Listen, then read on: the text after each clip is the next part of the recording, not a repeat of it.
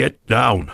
The HOA tyrant screamed, his black gun pointed straight at my daughter's head just because she dared to violate a parking regulation. But then, in a split second, his eyes shifted from aggressive to absolute terror. The bullet was still in the chamber, but the Glock had changed owners.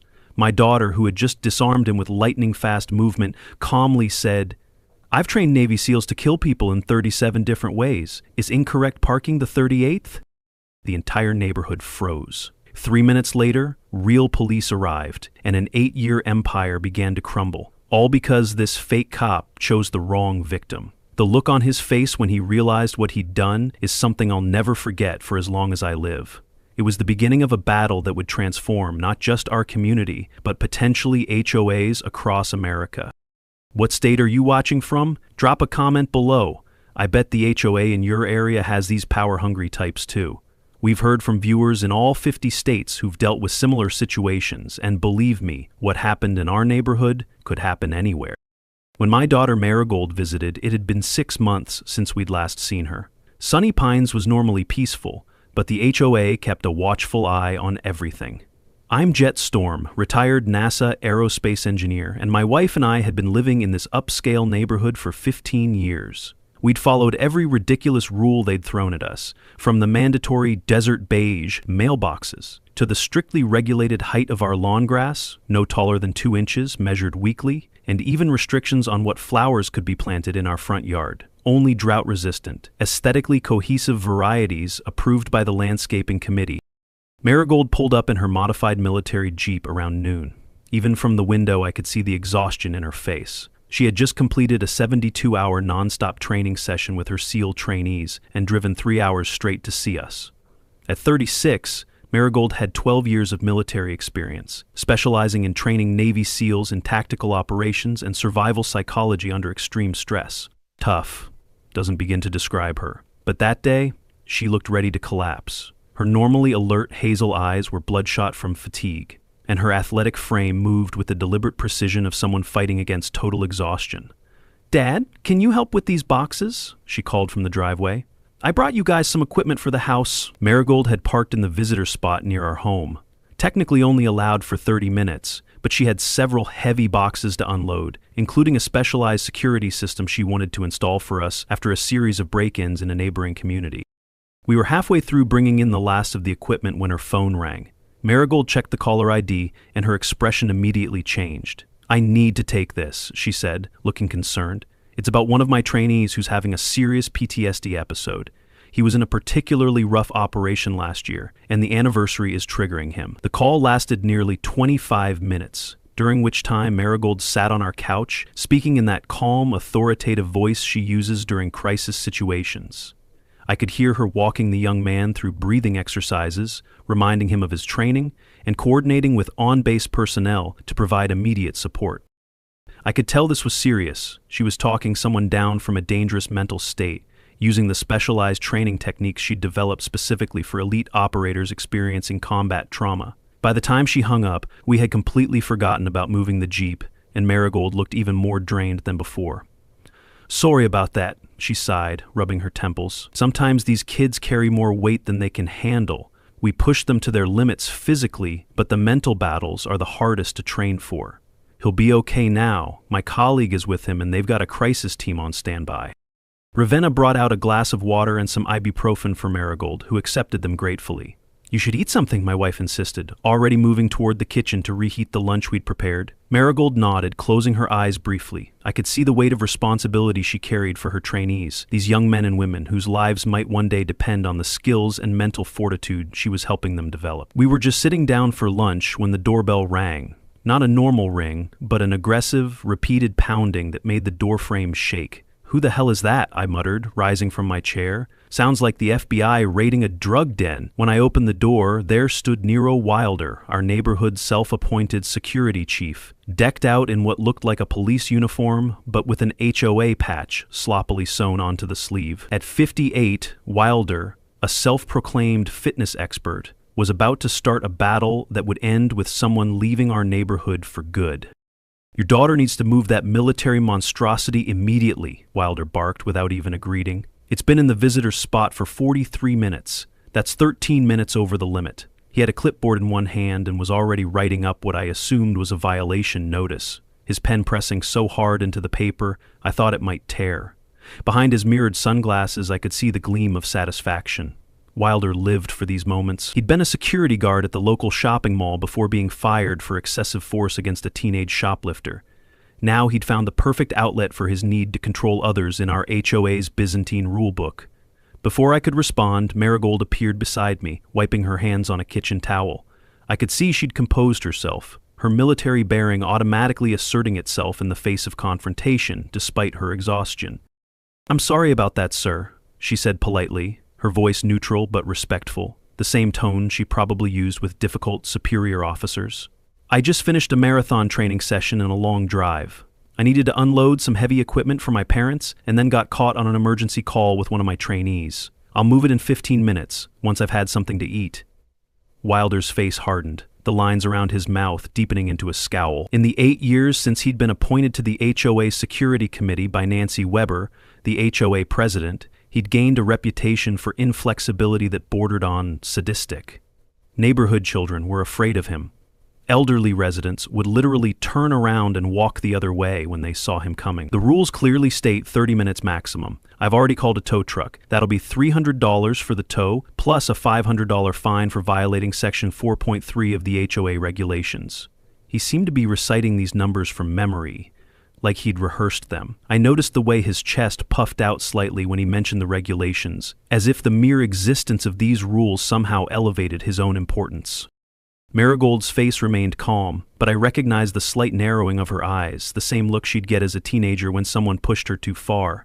It was subtle, but I knew my daughter well enough to see the wheels turning behind that composed expression. "Mr. Wilder, I understand there are rules, but surely there's room for reasonable accommodation. I've been helping my elderly parents with heavy lifting after driving 3 hours on no sleep. I simply need 15 minutes to eat something and then I'll move it." I could see Marigold deliberately softening her stance, even using the phrase elderly parents to appeal to some sense of decency that, in retrospect, Wilder clearly didn't possess. Instead of responding to this reasonable request, Wilder pulled out his phone and started recording Marigold, holding it inches from her face in a clear attempt to provoke a reaction.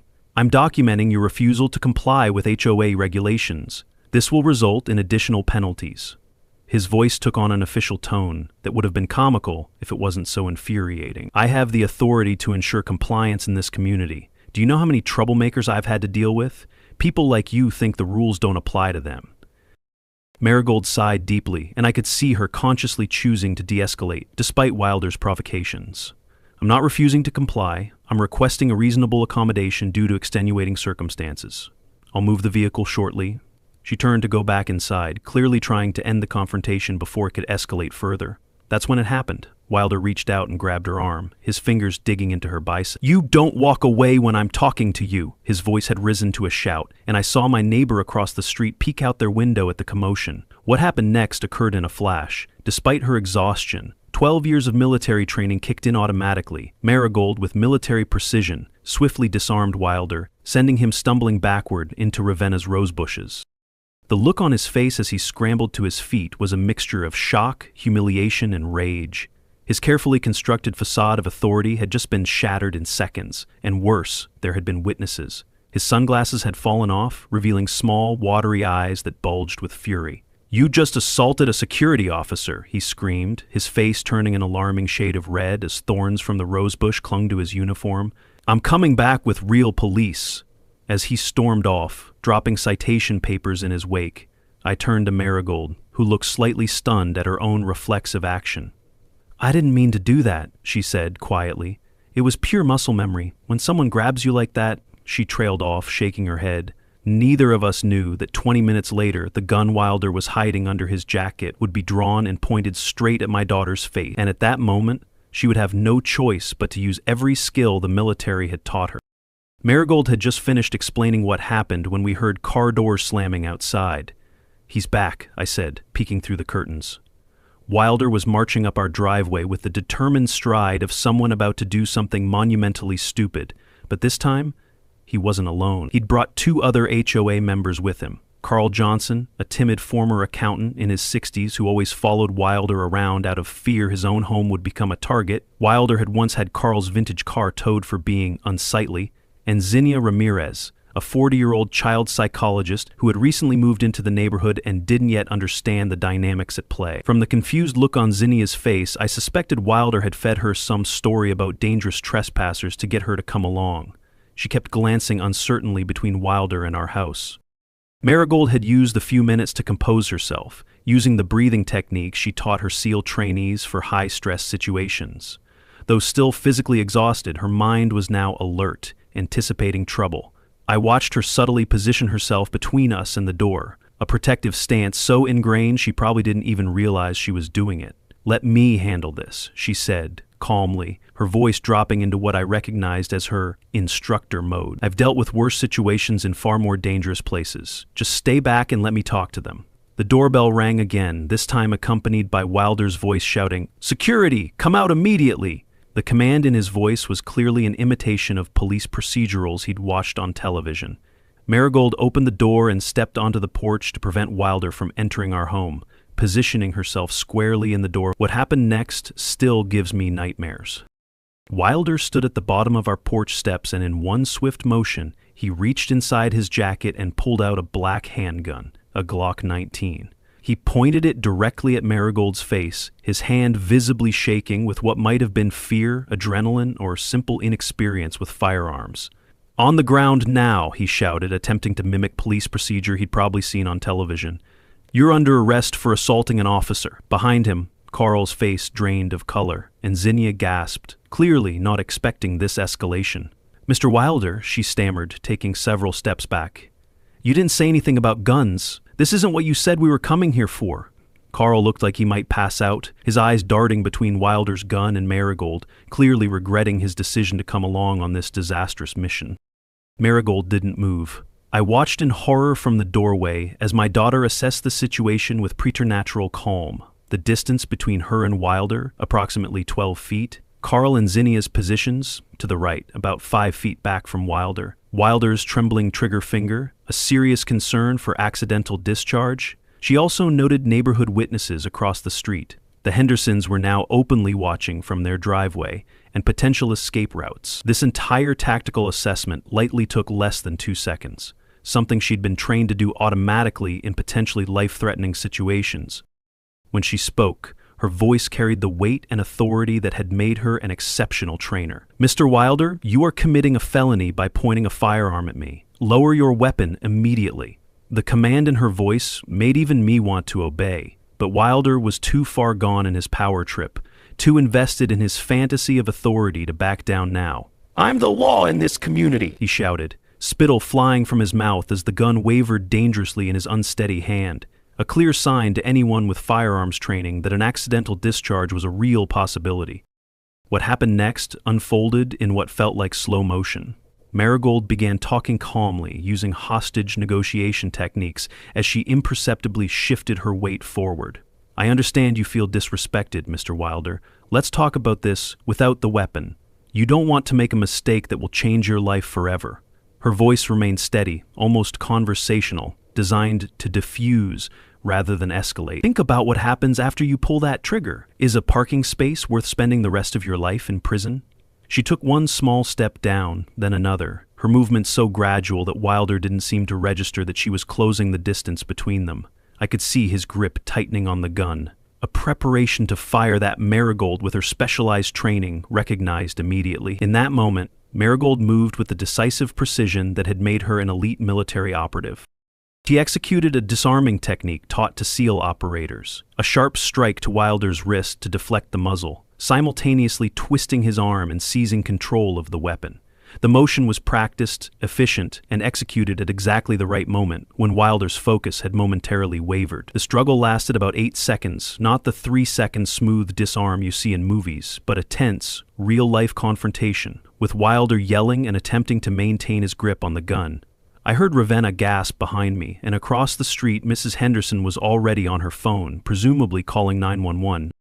When it was over, Marigold had Wilder face down on our lawn, his arm locked behind him in a control position, the Glock safely in her other hand, finger properly indexed outside the trigger guard as any responsible firearms handler would do. Zinnia and Carl stood frozen in shock as my daughter, still breathing heavily from the exertion, instructed me to call the real police. "Tell them there's been an armed assault and the weapon has been secured," she said with the same calm she might use to order coffee. "Make sure they know the situation is under control, but that the suspect was armed and may still be dangerous." I'd already dialed 911, but I had no idea this was just the beginning of our battle with the mini-empire that Wilder and Nancy had built in our neighborhood over the past 8 years. I couldn't have imagined they would be able to mobilize the entire local justice system against us, or that a simple parking dispute would uncover a web of corruption that extended far beyond our quiet suburban streets. Officer Rodriguez arrived shortly, finding Marigold calmly restraining Wilder on the lawn, surrounded by violation notices and crushed rose bushes. She explained the situation with military precision, how Wilder had threatened her with a deadly weapon after a dispute over a parking violation, how she had been forced to disarm him for her own safety. "I've secured the firearm and rendered it safe," she told Rodriguez, who seemed impressed by her calm demeanor. "The magazine has been removed and the chamber cleared. There are no other weapons on his person that I could detect during the restraint." Rodriguez took careful notes as Marigold explained her background and training, which clearly lent credibility to her account. Wilder was handcuffed and placed in the back of the patrol car, still shouting threats and invoking his authority as HOA security, demanding that Officer Rodriguez recognize his jurisdiction in the neighborhood.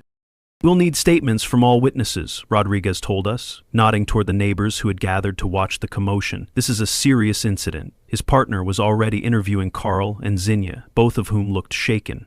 Carl kept wringing his hands and glancing nervously at Wilder and the patrol car, while Zinnia was explaining animatedly, clearly distancing herself from Wilder's actions. I felt a wave of relief, believing the system would work as it should. That relief was short-lived. Less than 2 hours later, while we were still giving our statements at the local police station, the atmosphere suddenly changed. Officers who had been professional and concerned began exchanging looks and whispering among themselves. Then I saw why. Nancy Weber had arrived with Police Chief Thompson. They strode into the station like they owned it. Nancy in her immaculate business suit and pearl necklace, Thompson with his chest puffed out importantly. I immediately recognized their relationship from community events. Nancy's husband, James, was Thompson's golfing buddy, and the HOA made regular contributions to the police fund, mostly for community safety initiatives that never seemed to materialize. "There seems to have been a misunderstanding," Chief Thompson announced, reviewing the paperwork with barely a glance. His dismissive tone made it clear he'd already decided the outcome before hearing any evidence. Mr. Wilder was performing his community safety duties when he was attacked. I watched in disbelief as Wilder was uncuffed and his gun returned to him, Thompson clapping him on the shoulder like an old friend. "But he pointed a loaded weapon at my daughter over a parking space," I protested, feeling my blood pressure rise. "There are multiple witnesses." Thompson fixed me with a cold stare, the kind that reminded you exactly who held power in this town. According to Mr. Wilder, he only drew his weapon after feeling threatened by your daughter, who he claims has military combat training. It's her word against his, and without clear evidence, he let the implication hang in the air, deliberately ignoring the fact that neighbors had witnessed the entire incident. Nancy Weber stood beside him, a satisfied smile on her face that made me want to throw something. That evening, we learned an emergency HOA meeting had been called for the following night. Through a sympathetic neighbor who served on the landscaping committee, we obtained a copy of the agenda. Vote to evict the Storm family for violating community safety standards and assaulting security personnel. The document was full of inflammatory language, describing Marigold as dangerously unstable and a threat to community safety. Marigold didn't panic. Instead, she called Michael Chen, her college friend who had become a civil rights attorney specializing in HOA overreach cases. "This isn't just about parking anymore," she told him, pacing our living room with the phone pressed to her ear. "There's something bigger happening here. They're using the HOA as a personal fiefdom, and they've got the police chief in their pocket." As Michael arrived the next day, sleek in his tailored suit and carrying a briefcase full of legal documents, we noticed our neighbors avoiding eye contact, hurrying inside when they saw us. The fear was palpable. Everyone knew what happened to those who crossed Wilder and Nancy. The Pataleses had their garden destroyed after complaining about arbitrary rule changes. The Gonzalezes faced weekly inspections for months after questioning a special assessment fee. The fear was a tool, carefully cultivated over years. Marigold and Michael discovered Wilder's criminal history, including a sealed assault record and connections to the police chief. The pattern was becoming clear. Wilder had a history of violence that Thompson had helped conceal. More disturbing was what they found about previous residents who had crossed the HOA.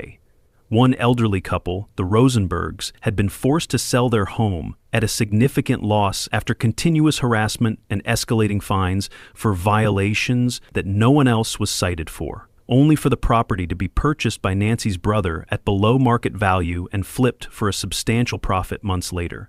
This wasn't just petty tyranny, it was a real estate scam dressed up as community governance.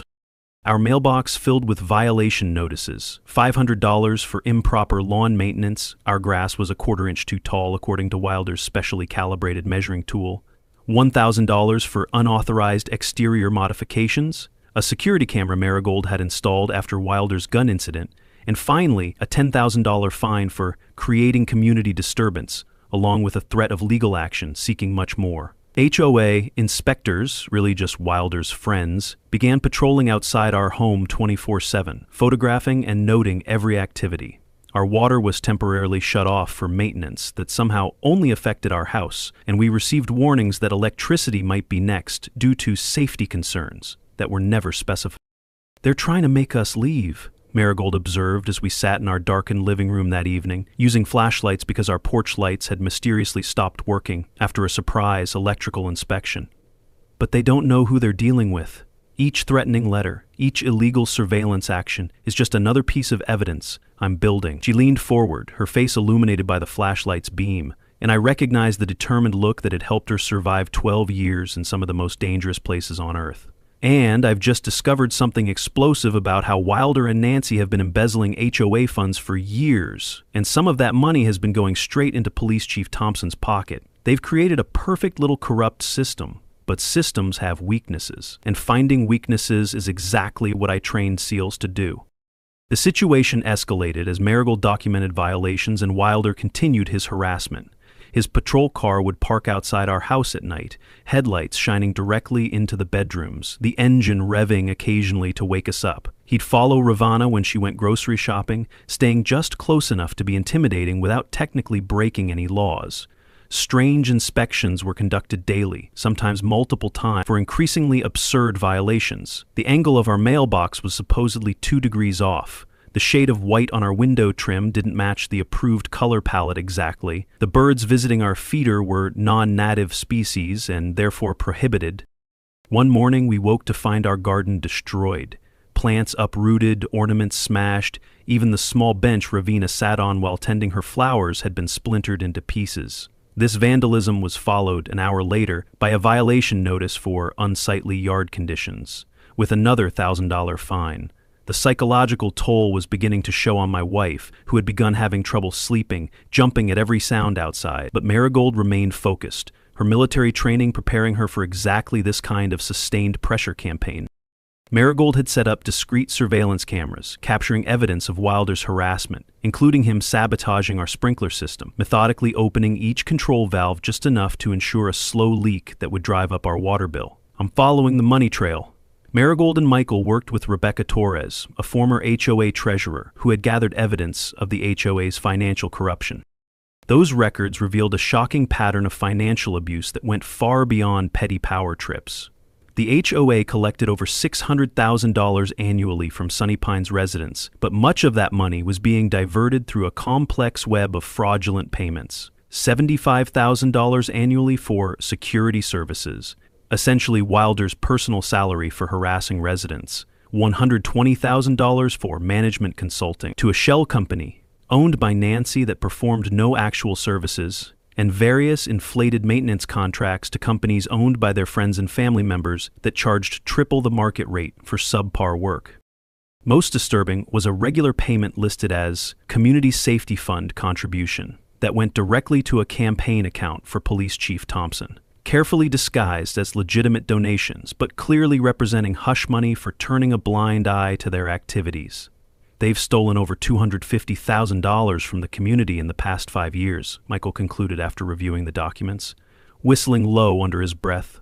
This isn't just an HOA issue anymore. This is criminal conspiracy, fraud, embezzlement, and probably tax evasion too. Marigold organized secret meetings with disgruntled residents at Michael's home outside the neighborhood to avoid surveillance. Gradually, people began to share their stories. The Martinesses had been fined because their children were too noisy, playing in their own backyard. Mrs. Johnson had been threatened with legal action because her son, with autism, sometimes wandered into other yards. The Levines had faced relentless harassment after questioning why the community pool renovation kept being delayed despite increased fees. They discovered Wilder had been routinely entering the backyards and even homes of residents while they were away, an illegal activity captured on several home security systems but never reported due to fear of retaliation. Even more disturbing, they found emails between Nancy and Wilder discussing strategies to clean up the neighborhood by forcing out undesirable families through targeted harassment and selective enforcement of rules. A euphemism for pushing out elderly residents, families with children, and minorities who didn't fit their vision of an exclusive community. They've created a perfect system, George Williams explained at one of these meetings, his voice carrying the weight of his decades as a judge. The 70-year-old former federal judge had been meticulously collecting every HOA email and meeting minutes for 10 years as a personal hobby, driven by a lifelong commitment to justice. Nancy creates the rules, Wilder enforces them against people they want out, and Police Chief Thompson ensures no complaints ever stick. Meanwhile, they're all getting rich off our HOA fees, while property values drop for anyone they target, allowing their friends to buy low and sell high. He spread out a detailed timeline he'd created, showing how over 24 families had been forced out using the same pattern of harassment, with properties then being purchased by a small network of investors connected to Nancy. As the evidence mounted, Michael built a comprehensive legal case and contacted the FBI regarding Chief Thompson's corruption. This goes beyond HOA abuse, he told Marigold during a strategy session in our kitchen. This is systematic corruption of local government. We've got enough here to trigger a federal investigation. The breaking point came when Wilder and Nancy filed a lawsuit against Marigold for defamation and disorderly conduct, demanding $500,000 in damages and our immediate eviction from Sunny Pines. The lawsuit was filled with outrageous lies, claiming Marigold had threatened Wilder's life, that she was running an illegal business from her home, and that she represented a clear and present danger to the community. They think they've backed me into a corner with this lawsuit, Marigold said as she reviewed the legal papers spread across our dining room table, her expression not worried but calculating. But a SEAL never counterattacks when cornered. We always have a plan already in motion. This isn't just about a wrongly parked car anymore. It's about exposing a corruption system that's existed for too long. And tomorrow, at the HOA meeting, will be the debut of Operation Exposure. The community center was packed for the HOA meeting, the tension so thick you could almost see it hanging in the air. Nancy had made attendance mandatory, threatening fines for absence, ensuring a captive audience for what she clearly expected to be our public humiliation. Wilder stood by the door in his full security uniform, complete with a new badge that looked suspiciously similar to actual police credentials, deliberately blocking several residents who were known to be sympathetic to our cause. I watched as he turned away the Johnsons, an elderly couple who had spoken with Marigold earlier that week, claiming the meeting was at capacity. A transparent lie, given the empty seats at the back of the room. Nancy called the meeting to order with a smug confidence that made my blood boil, tapping her gavel with unnecessary force. Today we're voting on the removal of the Storm family from our community, she announced without preamble, not even bothering with the usual formalities of approving minutes from the previous meeting. Their dangerous and disruptive behavior cannot be tolerated in our peaceful neighborhood. As you all know, their daughter physically assaulted our security officer and has been spreading malicious lies about our association management. She proceeded to portray Marigold as a violent military type who posed a threat to community safety, claiming the parking incident was just the latest in a pattern of rule-breaking that endangered property values and community standards. The characterization was so wildly at odds with reality that I had to clench my fists to keep from interrupting. Throughout this character assassination, Marigold sat calmly in the front row, dressed professionally in a blazer and slacks, her posture perfect, her expression unreadable. She had insisted on arriving early to secure front-row seats, positioning herself directly in Nancy's line of sight. A psychological tactic that clearly irritated the HOA president, who kept losing her place in her prepared remarks. When Nancy finally paused for breath after a particularly vicious allegation about Marigold's unstable tendencies, my daughter raised her hand with deliberate slowness. "Before the vote, I'd like to exercise my right to respond to these allegations as provided in Section 7 of the HOA bylaws regarding due process in disciplinary actions." Her voice was calm but carried to every corner of the room without effort, the same voice that could command attention on a noisy battlefield. Nancy hesitated, clearly caught off guard that Marigold knew the rules so well. "We don't really have time for—" she began, but George Williams stood up from the back row, his tall frame and silver hair lending him natural authority. "Point of order," he called out in his authoritative judge's voice that had once presided over federal cases. "The bylaws clearly state that any resident facing punitive action has the right to address the community before a vote. That's been the rule since 1992, when the association was first formed. It's on page 17, paragraph 4 of the governing documents." Murmurs spread through the room as Nancy reluctantly yielded the floor, her face flushing with barely controlled anger. Marigold connected her laptop to the projector and began a meticulously prepared presentation that represented weeks of investigation. "This isn't about a parking violation," she began, her voice steady and matter-of-fact. "It's about systematic abuse of power and financial fraud that has victimized every homeowner in this room." She displayed spreadsheets showing the HOA's financial records, highlighting the suspicious payments to Wilder, Nancy, and their associates. The projected numbers were color-coded and annotated, making the discrepancies impossible to miss, even for those without financial training. "Your annual dues of $3,000 per household aren't going to community improvements," she explained, clicking through to a pie chart that showed the actual allocation of funds. "They're going into the pockets of the people running this HOA, through inflated contracts, fake security services, and consulting fees for work that's never performed." Nancy tried repeatedly to interrupt, her face growing redder by the minute, but residents shouted her down, engrossed in the financial revelations. Many were taking photographs of the slides with their phones, documenting the evidence. Wilder began moving toward Marigold, with clear intimidation in his stance, his hand drifting toward the spot where his gun would normally be. But several larger men from the community, including Mr. Patel and Mr. Gonzalez, both of whom had suffered years of harassment, stepped into his path, silently forming a protective barrier between him and the presentation. Just as Nancy reached for her phone, presumably to call Chief Thompson for backup, the community center doors swung open with dramatic timing that couldn't have been better if we'd planned it. Police Chief Anderson from the neighboring county entered, accompanied by a stern-looking woman in a suit, who immediately commanded attention. "Nancy Weber and Nero Wilder," the woman called out, her voice carrying official weight. "I'm Special Agent Carter with the FBI. We're investigating allegations of fraud, embezzlement, and corruption related to the management of the Sunny Pines Homeowners Association and potential criminal conspiracy involving local law enforcement." The room erupted in gasps and whispers as Nancy's face drained of color, her carefully maintained composure crumbling visibly. She attempted to adjourn the meeting, frantically pounding her gavel, but the residents refused to leave, blocking the exits and demanding answers. What followed was a cascade of revelations that unfolded like the final act of a courtroom drama. Rebecca Torres stepped forward with original financial documents showing years of fraudulent activity, her hands shaking but her voice steady as she explained how she'd been silenced when she first discovered the discrepancies. "They threatened to destroy my catering business if I spoke up," she told the stunned audience. "I was afraid, but I couldn't let it continue."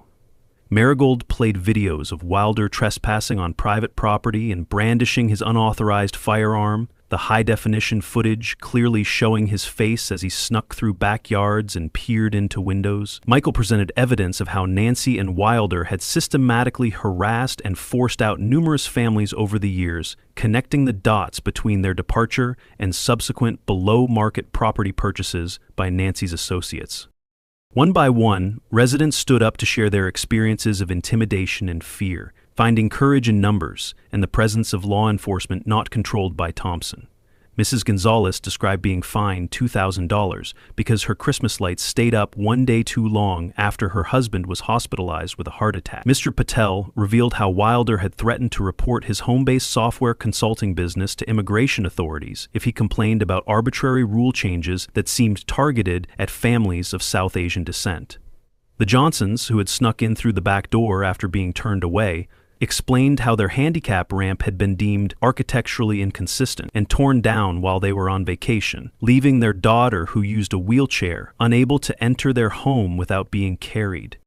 As Chief Anderson announced Wilder's arrest on multiple charges including unlicensed possession of a firearm, criminal threatening, trespassing, and impersonating a law enforcement officer, I watched the realization dawn on Wilder's face.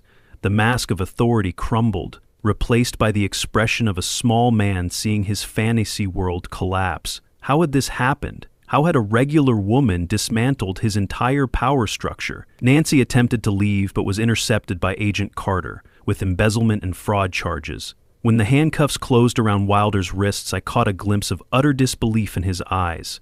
Perhaps he was wondering how his empire had crumbled so completely. But the story wasn't over yet, because I still had one final ace up my sleeve, something that would change how HOAs operate across America.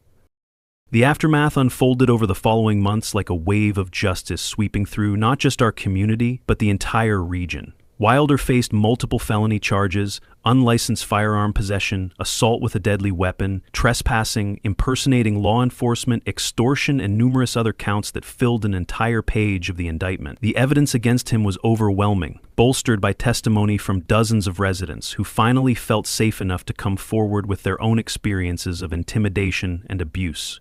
His tough guy facade crumbled during the preliminary hearing, where he reportedly broke down crying when denied bail due to being a danger to the community, the very phrase he had used to describe Marigold. Nancy Weber faced charges of embezzlement, fraud, bribery, and extortion, her carefully cultivated image as a community leader in tatters.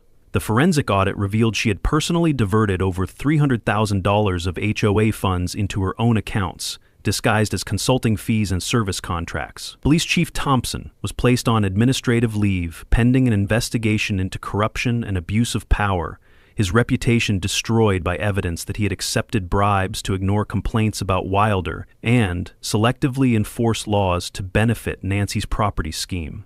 The case made headlines throughout the state, prompting investigations into numerous other HOAs with similar patterns of abuse. Reporters discovered that what had happened in Sunny Pines wasn't isolated. It was part of a growing trend of HOA corruption across the country.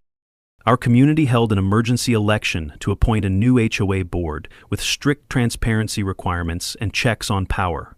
The bylaws were completely rewritten to require financial audits, term limits, and resident oversight of all decisions. Jennifer Lopez, a 42-year-old resident with a background in community management and law, was elected as the new president. Her first action was to reduce HOA fees by 40%, eliminating all the inflated contracts and unnecessary security expenditures while still maintaining enough funding for proper community maintenance. "We're going to show that an HOA can actually serve its residents, not rule over them," she announced at her first meeting, to enthusiastic applause. Zinnia Ramirez approached Marigold at this meeting, her professional confidence momentarily set aside. "I owe you an apology," she said, her voice trembling slightly with emotion. "Wilder told me there was a dangerous trespasser threatening the neighborhood. I had no idea he was talking about you or that he would pull a gun. I should have questioned him more, used my training to see through his manipulation." This was the beginning of a friendship that would prove vital in the coming months, as Zinnia's expertise in psychology would help many residents process the trauma of living under Wilder and Nancy's regime. The legal consequences were swift and substantial once the full extent of the corruption was exposed. Wilder accepted a plea deal for 5 years in prison plus restitution, avoiding a potential 20-year sentence only by agreeing to testify against Thompson and provide details of the entire scheme. Nancy received 3 years and was ordered to repay all embezzled funds to the community, her carefully accumulated wealth seized as proceeds of criminal activity. Thompson resigned in disgrace before being indicted on federal corruption charges. Families who had been forced to sell their homes below market value received compensation for their losses from the seized assets, a small measure of justice for those who had lost their homes and community. But the most significant development came from Marigold herself. 6 weeks after the HOA meeting, she called the community together again to reveal her final ace. She had been working with Michael to establish a non-profit organization called Community Shield. The concept had come to her during those sleepless nights when Wilder's harassment was at its peak, born from the realization that what was happening to us was happening to thousands of others across the country with no resources to fight back. What happened in Sunny Pines isn't unique, she explained to the gathered residents and media representatives who had come to cover the aftermath of the scandal. HOA abuse happens across the country, with little recourse for victims who don't happen to have a family member with military training and legal connections. Community Shield will provide free legal counsel to those facing HOA intimidation, train residents to document and counteract abuse of power, and advocate for legislative changes to HOA regulations.